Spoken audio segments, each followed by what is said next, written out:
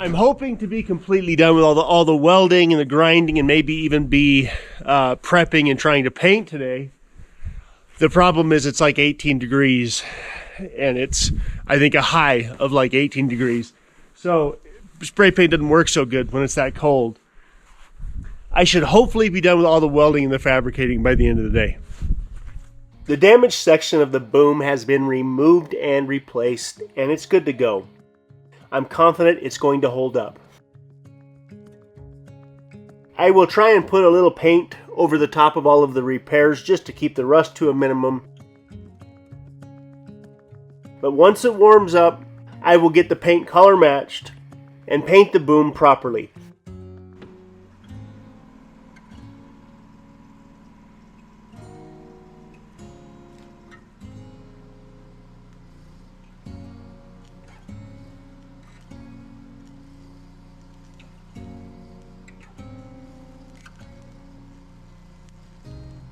The possibilities are genuinely limitless when you have 42 acres and an excavator. The only hurdle in the process will likely be my lovely wife. And I'm more than prepared to negotiate my way right through all the projects I have planned once the snow goes away.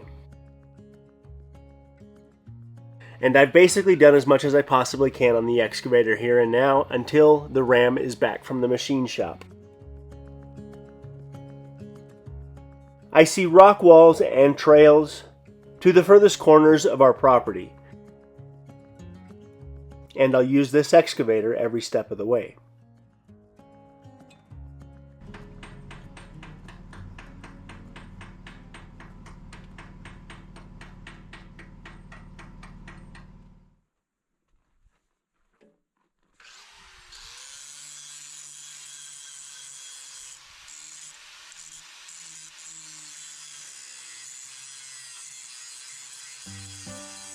Since I first found the excavator on the internet, I've had a difficult time really gathering a whole lot of information about it because the model number that I had for the unit, there just aren't many out there. As I've been trying to get my hands on the service manuals and the parts manuals for the machine, I really haven't had a whole lot of luck. I haven't been able to find the specific manuals for this unit. In the middle of all this, I got an email from Martin. Martin works for a Cobelco dealership. I emailed him and asked him if I was off because the numbers that I came up with were not coming up anywhere on the internet. I gave him the numbers that I have, and for a couple of days he had the same problems that I did. The problem is the model number on the side of the excavator. Cobelco Grand Beetle 60 SR.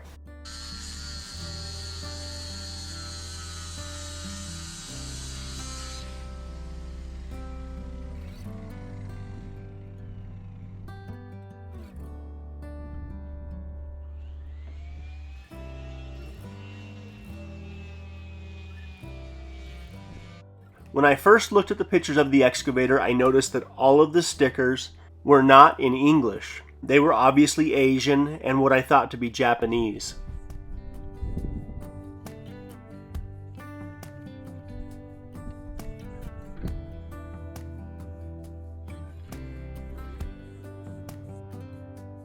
Martin would eventually send me an email confirming what I thought, that this was a machine that was exclusive for one particular market. And ultimately what it came down to is the decals on the side of my machine are technically not the right decals for the American market.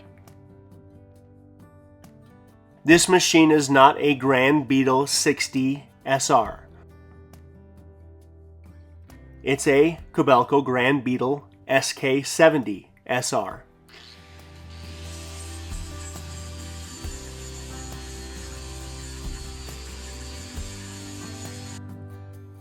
That means this machine weighs about 2,000 pounds more than I thought it did. This machine weighs 16,400 pounds, not under 15,000 pounds that I initially thought it weighed. It really is a miracle that I didn't have any issues with shipping because that's the first place they might have discovered this. Once Martin helped me figure out that it's a Cobelco Grand Beetle SK70SR. Then we knew where to get the manuals from. He's in the process of helping me do this. And again, I can't say how much this stuff helps out when you guys reach out to me with the information that I happen to be looking for. It means a lot.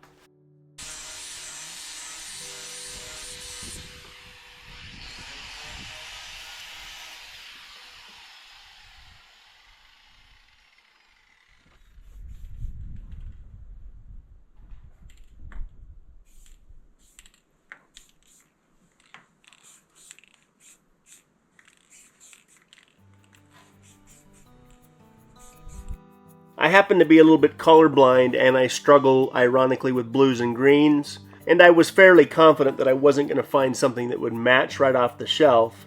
But this is close enough for now, and like I said earlier, at some point, I'll do something a little bit more permanent. My grandfather was also colorblind, and he once painted his apartments pink, thinking he was painting them white.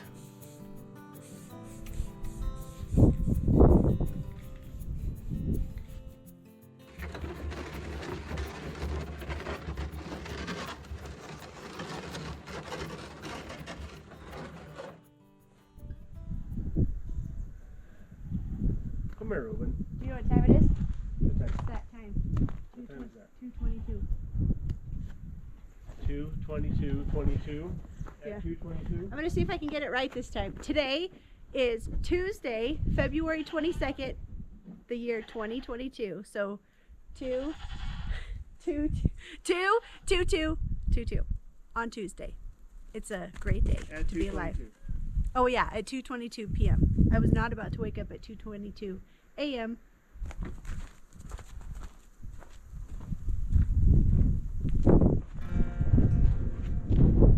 I believe it was back in the 1950s when my grandparents would find a piece of land and slowly build a small apartment complex that would provide the income to take care of them and their family for the rest of their lives.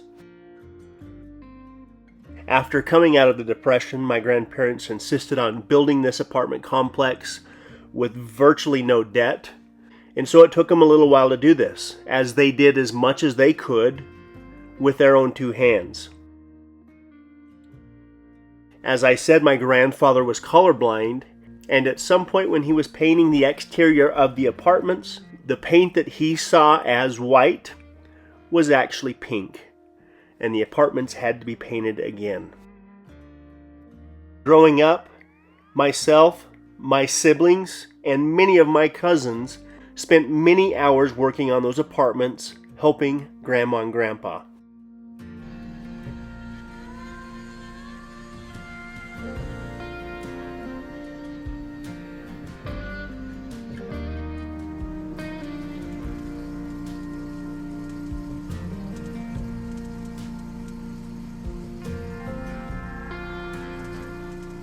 It seemed that from a young age, I regularly heard things like debt-free and avoiding debt, and how you're able to accumulate a little bit of wealth when all that money doesn't have to go out as fast as it comes in.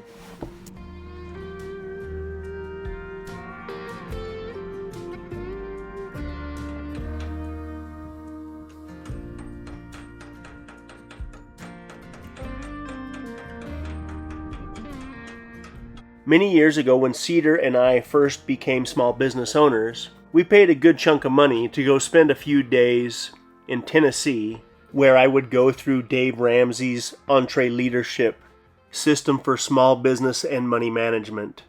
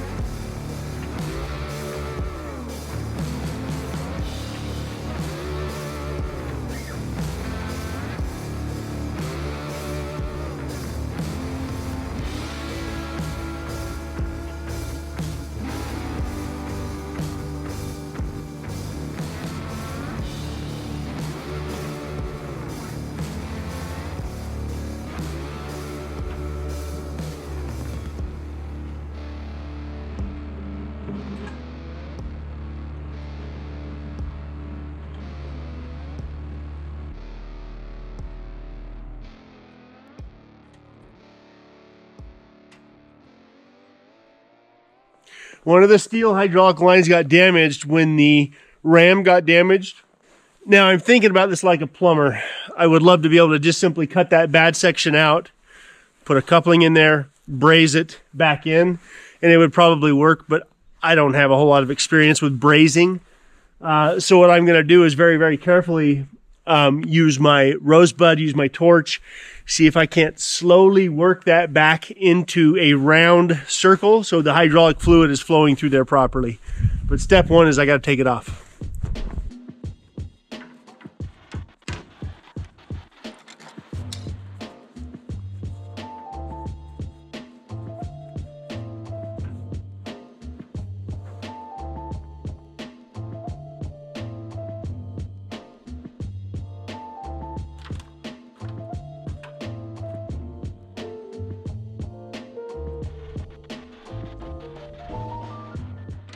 I had followed Dave Ramsey for many years, and I felt like before we got too deep into the business world, it might be good to get some training.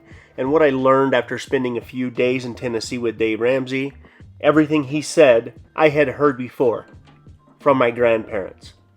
And he also admits this.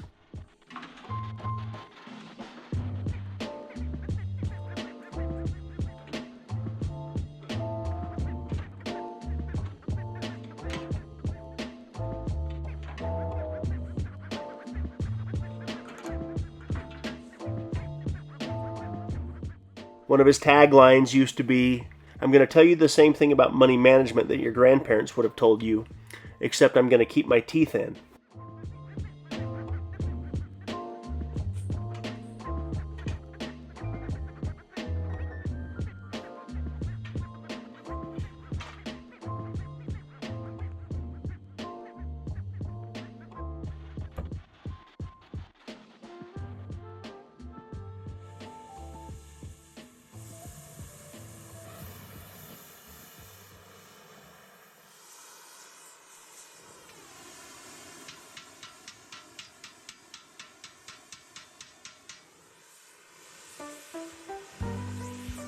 So I learned at a very young age the importance of hard work.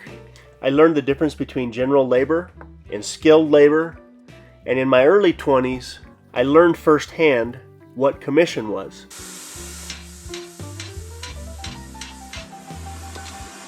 By the way, I'm trying not to heat my Soder 4's anvil up too much, and it's becoming very obvious that I've got a bigger problem with this hydraulic line.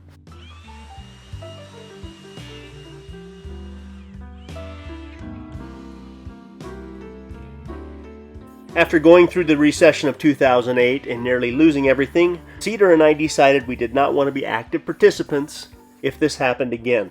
So we avoid debt. And unfortunately, it looks like it's happening again. Yesterday, even with the use of the torch, I really was not able to do much with that damaged piece of hydraulic pipe. So this morning I ran down to the nearest hydraulic store that would have metric fittings, and they don't have the part, but it's going to be here on Tuesday. So what I will be able to do is more than likely repair it in place. It's just simply a repair coupling. In the meantime, I'm going to get all the hydraulics bolted back down. It looks like we are through the cold weather, and I hope we are, because I sold the red plow truck. So along with all the other projects, I need to get the blue F350 turned into the new official plow truck, which is probably going to take me a couple of days. But in the meantime, I'm going to get everything done that I can do so I can focus on other projects. Then the second that Ram shows up, it's just a process of making some connections.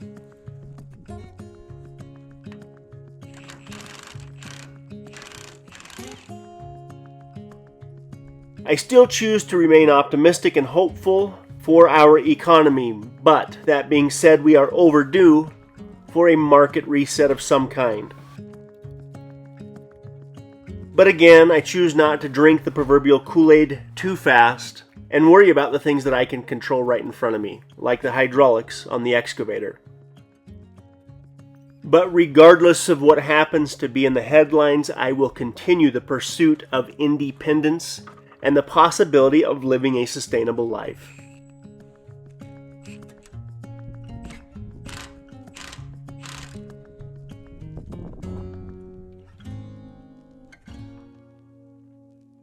Because of reality TV, the word prepper is now synonymous with words like white trash and redneck, and for that reason I don't use it very often, but it's okay to make fun of your neighbor, the prepper, until he has something that you need.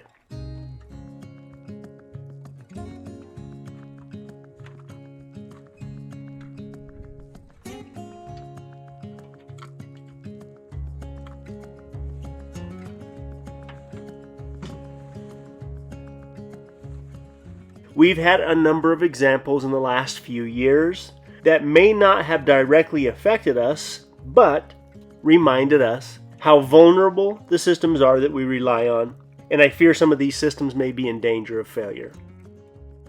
So how prepared are you really?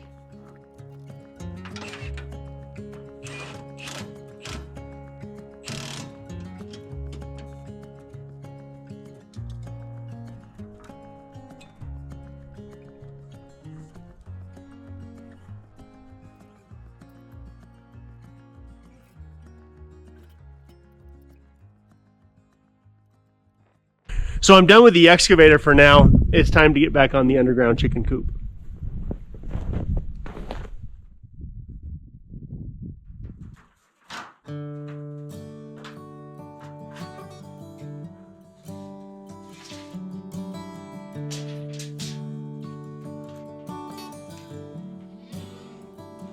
You ever wonder if days like these last with one another, with the feeling pass? Would you find out with me if it all starts to crumble?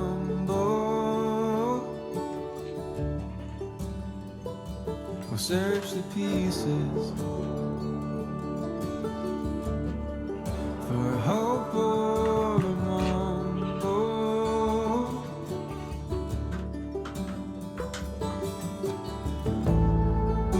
It's not for me to decide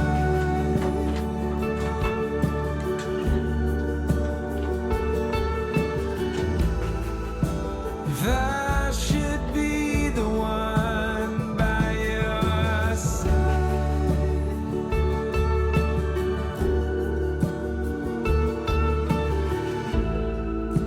and hope we know when it's better to say goodbye.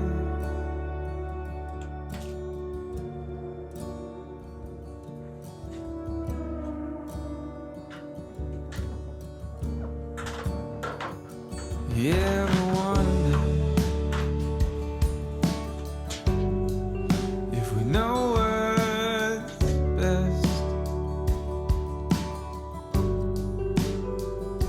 for one another? Are we just another project? We're both fixer-uppers, just waiting to crumble. If we search the pieces, would we be bitter, humble?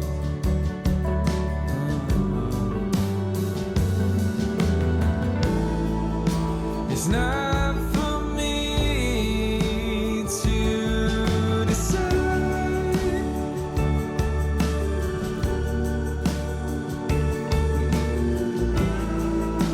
if I should be the one by your side,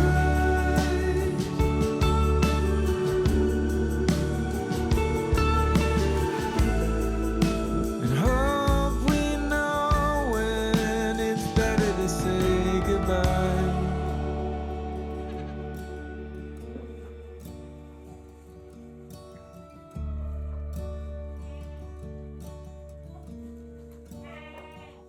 You ever wonder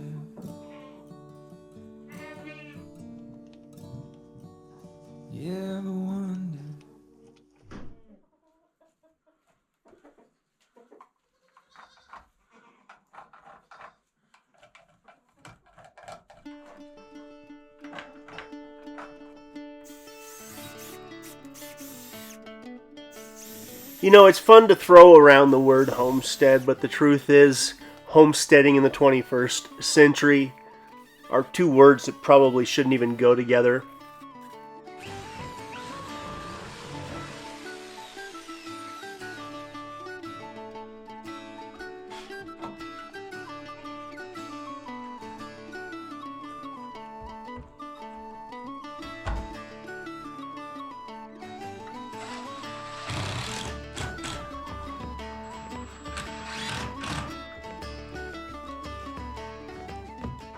And I'm as guilty as anybody is at pretending. Deep down, I could not imagine what it would be like to settle on a piece of property and do what is required by the government to keep that piece of property, and then have crop failure after crop failure until you realize you're on the wrong piece of ground and you have to do it again.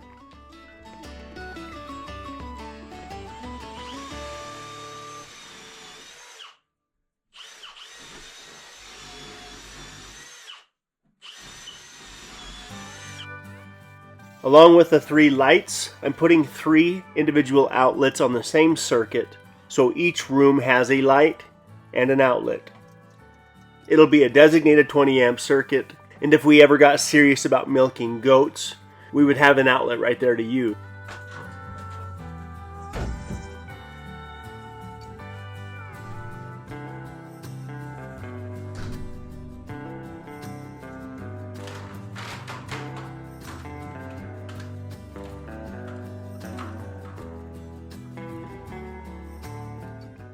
These outlets all have to be GFCI outlets, so that's what I installed. I still have not officially had my electrical inspection, but this little bit of work that I'm doing here and now is reminding me how close we are to buttoning up the shop, and I'm getting excited about it again.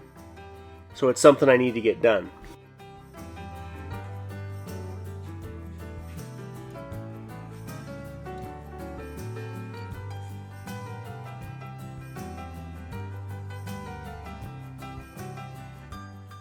When I first began to try and understand this off-grid life, my thoughts were, do not have any more lights than you have to have. As a matter of fact, I thought that way about a lot of things. Keep it incredibly simple and minimal so the solar system can keep up.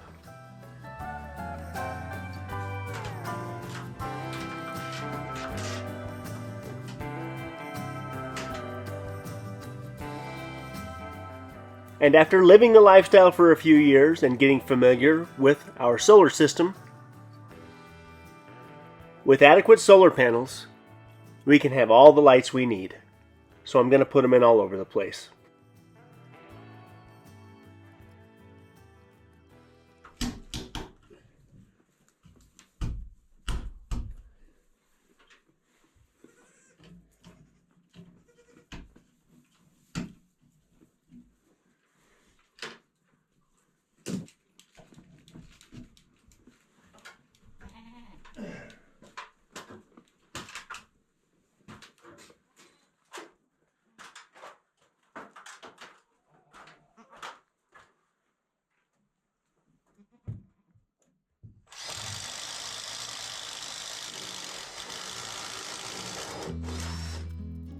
It's exciting getting some of these projects done that ultimately make our lives a little bit easier as we try to feed and take care of the animals that we choose to have.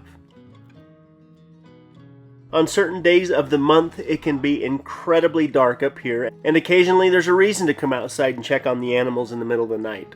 And regardless of how bright the flashlight is that you happen to have, you can never see quite well enough. So in an effort to protect our animals, and our place for that matter, I'm going to put a bunch of motion sensor lights in that will help us out when we might need it in the middle of the night.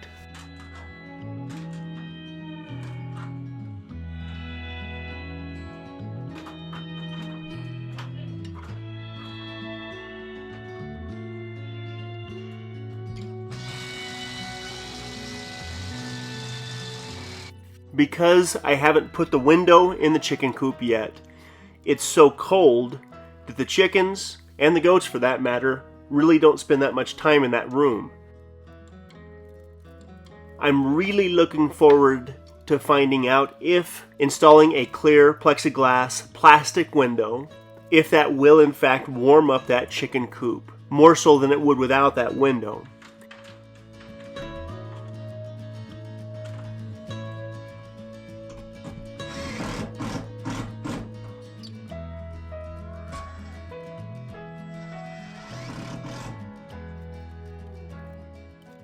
On the next video, I hope to have the entire inside of the chicken coop completely finished up.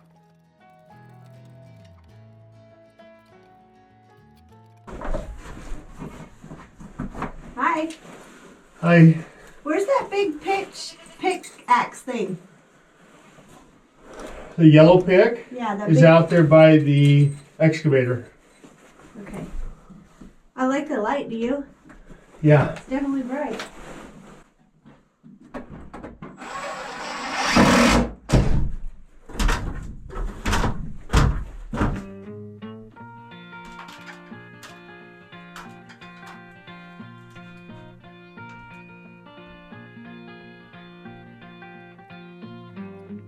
Many years ago, when they started distributing electricity throughout the country, they had to do a majority of this with government subsidies, especially for those rural farmers and ranchers.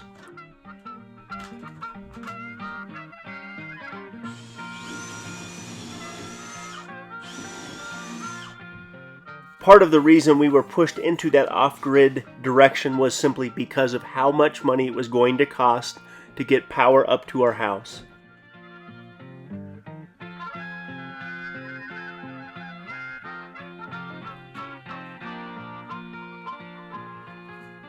Because that subsidy is no longer available, to run 3 miles of power is not something the average person is typically going to be able to afford, when solar can be much more affordable.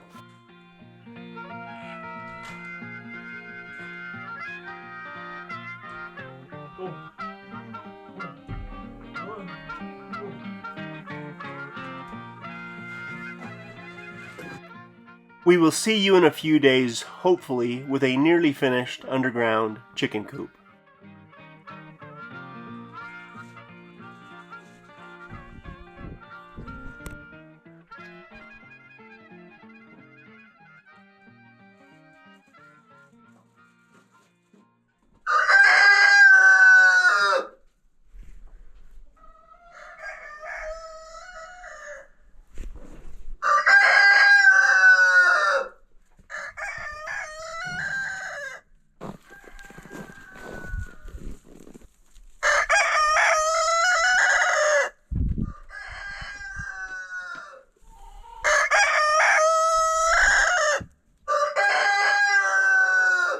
So until the machine shop is done with the hydraulic ram, I've basically done as much as I can do on the excavator. I'm hoping first part of next week they've at least got some news for me. They are going to have to order parts for it. So anyway, so I'm going to finish up the wiring out here in the goat barn and the chicken coop. Today it is bone chilling cold today, something like, I don't even know how cold it got last night. My son drove over the mountain at 6 o'clock this morning and he said it was 19 below. So, but anyway, as far as the chicken coop and the goat barn are concerned, I just have to wire up a couple switches. I have to run my home run all the way back to the panel to get power. And then I'm done with power out here. And then next week, I'm going to finish the inside of this chicken coop. I'm going to do all of the siding, and then the back window is going to be the thing that I think is going to take most of my time. They don't like this room because it's breezy. So I need to get this window in so the animals start using this room, mainly the chickens. We hope you guys are doing well out there, and see you in a few days.